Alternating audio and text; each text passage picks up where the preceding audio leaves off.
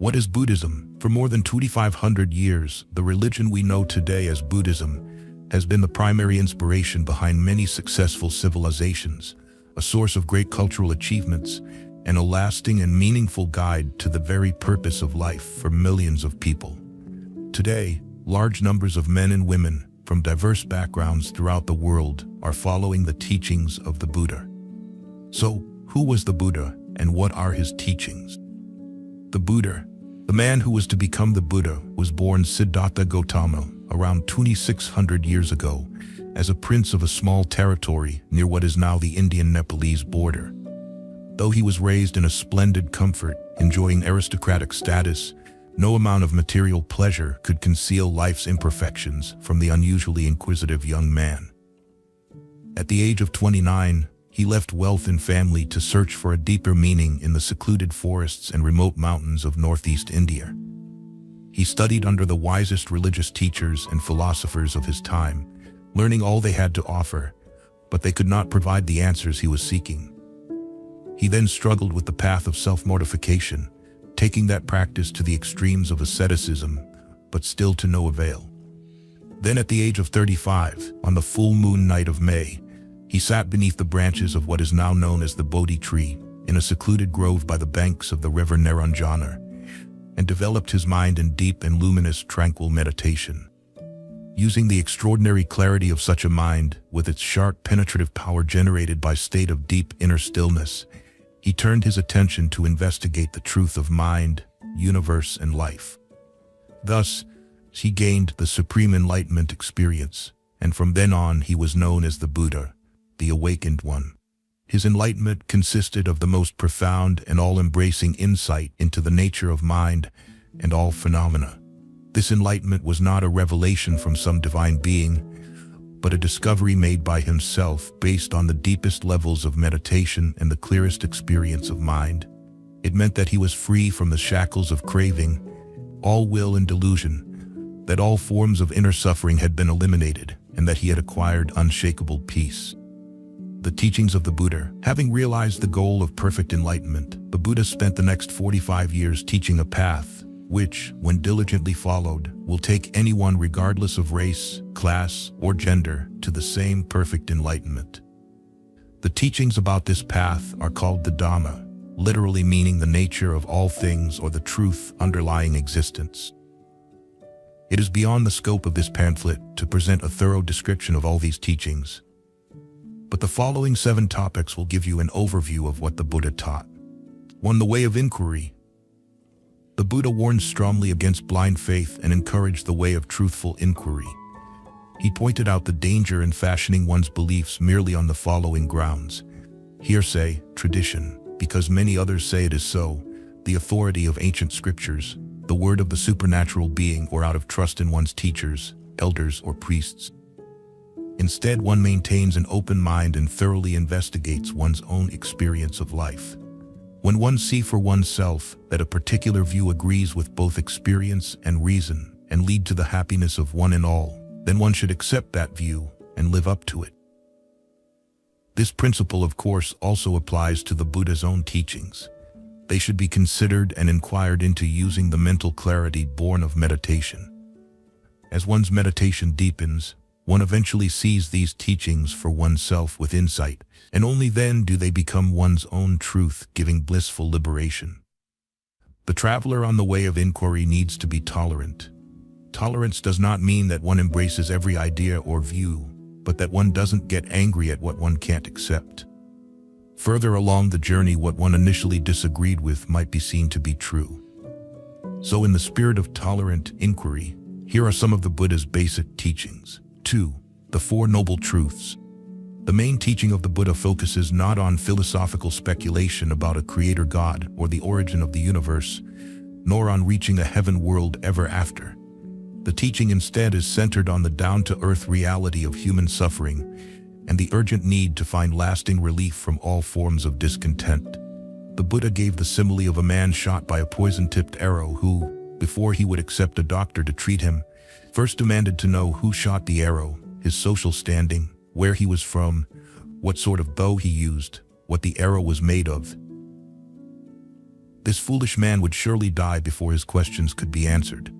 In the same way, the Buddha said, our most urgent need is to find lasting relief from recurrent discontent, which robs us of happiness and leave us in strife. Philosophical speculations are of secondary importance and are best left until after one has trained the mind in meditation to the stage where one has the ability to examine the matter clearly and see the truth for oneself. Thus, the central teaching of the Buddha, around which all his other teachings revolve, is the Four Noble Truths. 1. All beings, human and otherwise, are afflicted with all sorts of disappointments, sadness, discomfort, anxiety, etc. In short, they are subject to suffering. 2. The cause of this suffering is craving, born of the illusion of a soul, see below, topic 7. 3. Suffering has a final end in the experience of enlightenment, nibbana, which is the complete letting go of the illusion of soul and the consequent ending of craving and ill will. 4. This peaceful and blissful enlightenment is achieved through a gradual training, a path called the middle way, or the Eightfold Path. It would be mistaken to label this teaching as pessimistic on the grounds that it begins by focusing on suffering. Rather, Buddhism is realistic, in that it unflinchingly faces up to the truth of life's many sufferings, and it is optimistic in that it shows a final end to the problem, nibbana enlightenment, in this very life. Those who have achieved this ultimate peace are inspiring examples that demonstrate once and for all that Buddhism is far from pessimistic, but is a path to true happiness. 3. The middle way, or Eightfold Path. The way to the end of all suffering is called the middle way because it avoids the two extremes of sensual indulgence and self-mortification. Only when the body is in reasonable comfort but not overindulged does the mind have the clarity and strength to meditate deeply and discover the truth. This middle way consists of the diligent cultivation of virtue, meditation and wisdom, which are explained in more details as the Eightfold Path. 1. Right understanding. 2. Right thought. 3. Right speech. 4. Right action. 5. Right livelihood. 6. Right effort. 7. Right mindfulness. 8. Right concentration, right in the sense of being conducive to happiness and enlightenment. Right speech, action and livelihood constitute the training in virtue or morality. For a practicing lay Buddhist, it consists of maintaining the 5 Buddhist precepts, which are to refrain from 1. Deliberately causing the death of any living being. 2. Intentionally taking for one's own the property of another. 3. Sexual misconduct, in particular adultery. 4. Lying and breaking promises. 5. Drinking alcohol and taking stupefying drugs which lead to a weakening of mindfulness and moral judgment. Right effort, mindfulness and concentration refer to the practice of meditation, which purifies the mind through the experience of blissful states of inner stillness and empowers the mind to penetrate the meaning of life through profound moments of insight.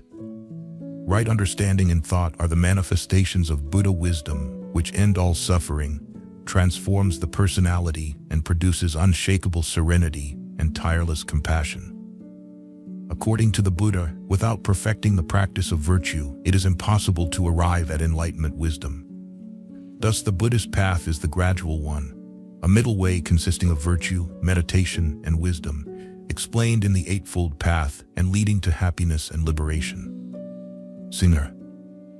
Karma means action. According to the law of karma, there are inescapable results of our intentional actions. There are deeds of body, speech, and mind that lead to one's own harm, to others' harm, or to the harm of both. Such deeds are called bad or unwholesome karma. They are motivated by craving, ill will, or delusion, and because they bring painful results, they should not be done. There are also deeds of body, speech, and mind that lead to one's own well-being of others, or to the well-being of both. Such deeds are called good or wholesome karma. They are motivated by generosity, compassion, or wisdom, and because they bring pleasant results, they should be done as often as possible. Much of what one experiences is the result of one's own previous karma. Thus, when misfortune occurs, instead of blaming someone else, one can look for faults in one's own past conduct. If fault is found, the experience of its consequences will make one more careful in the future. When happiness occurs, instead of taking it for granted, one can look for the past good karma that caused it. If one finds such a cause, the experience of its pleasant results will encourage more good karma in the future. The Buddha pointed out that no being whatsoever, divine or otherwise, has the power to stop the consequences of good and bad karma.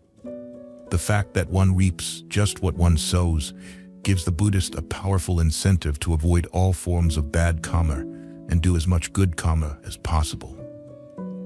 Though one cannot escape the results of bad karma, one can lessen their severity.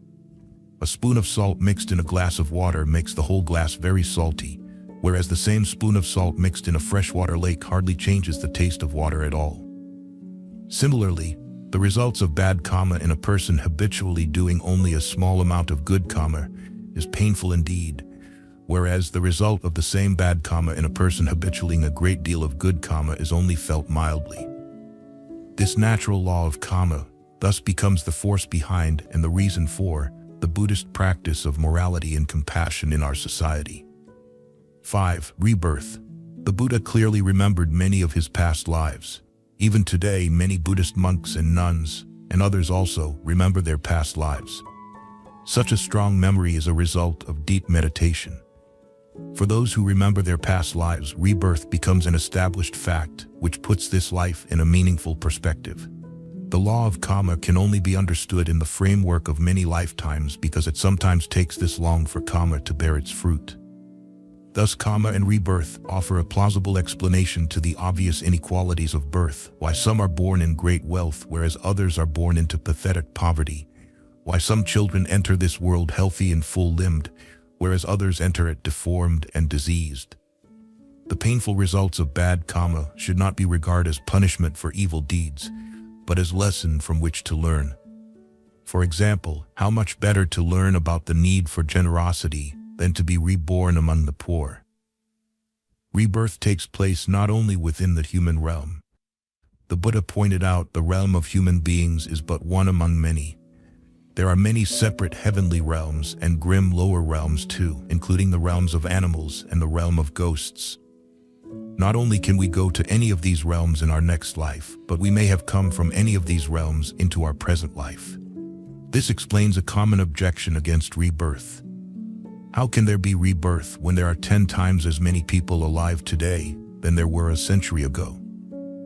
The answer is that people alive today have come from many different realms. Understanding that we come and go between different realms give us more respect and compassion for the being in these realms. It is unlikely, for example, that one would exploit animals when one has seen the link of rebirth that connects them with us. 6. No creator God.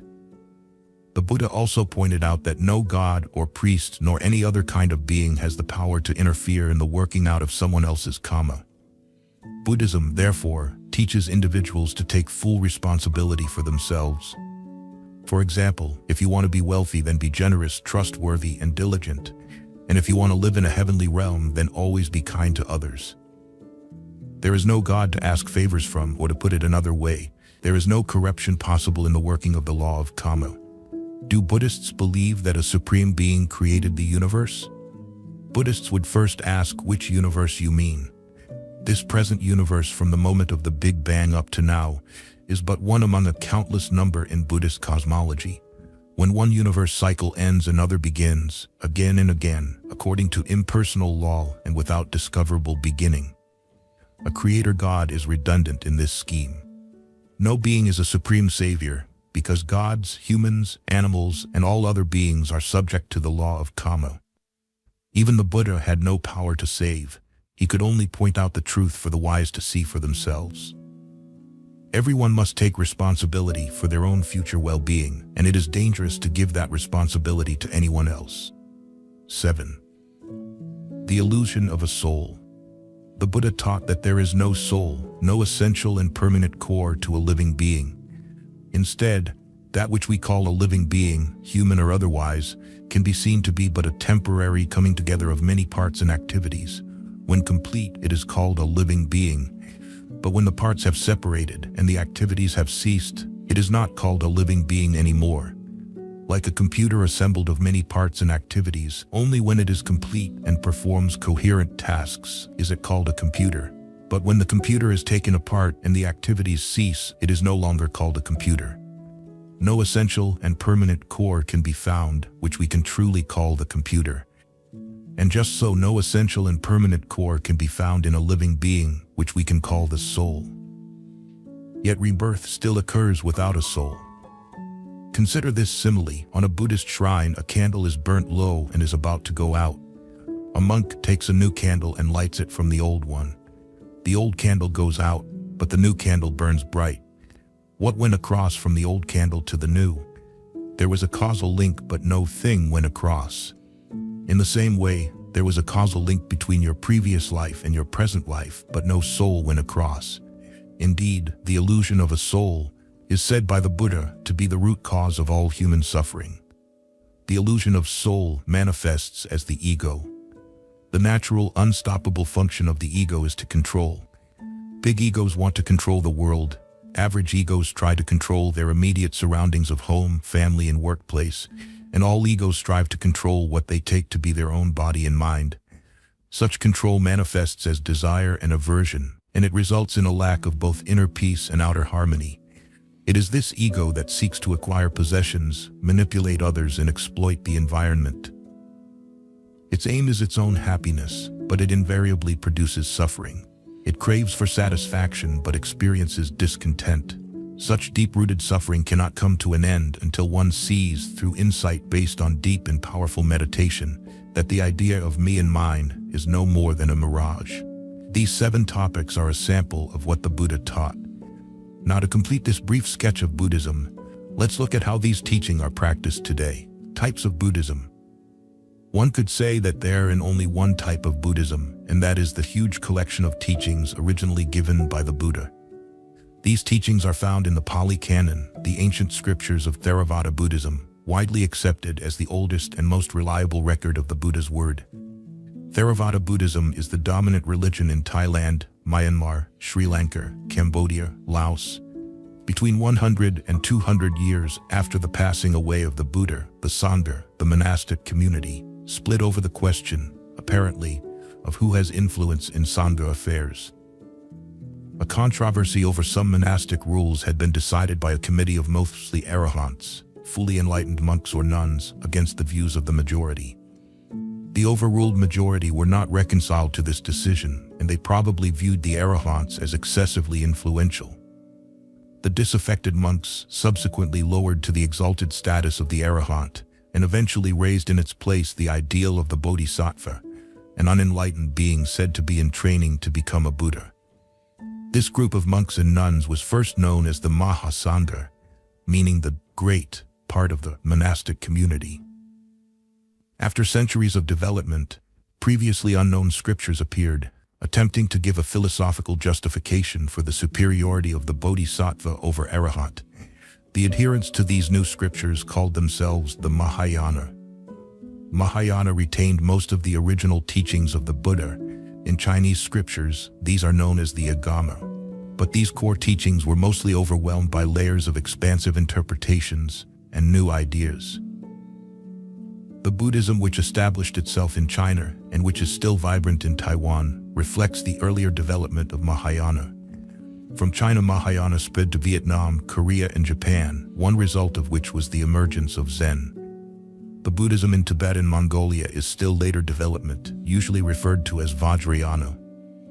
Buddhism's relevance in the world today.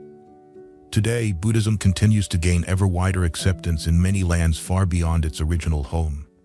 People throughout the world, through their own careful choice, are adopting Buddhism's peaceful, compassionate, and responsible ways. The Buddhist teaching of the law of karma offers people a just, incorruptible foundation and reason for living a moral life. It is easy to see how a wider embracing of the law of karma would lead any country towards a stronger, more caring and virtuous society. The teaching of rebirth places this present short lifetime of ours in a broader perspective, giving more meaning to the vital events of birth and death. The understanding of rebirth removes so much of the tragedy and grief surrounding death and turns our attention to the quality of a life, rather than its mere length. From the very beginning, the practice of meditation has been at the very heart of Buddhist way. Today, meditation grows increasingly popular as its proven benefits to both mental and physical well-being are becoming more widely known.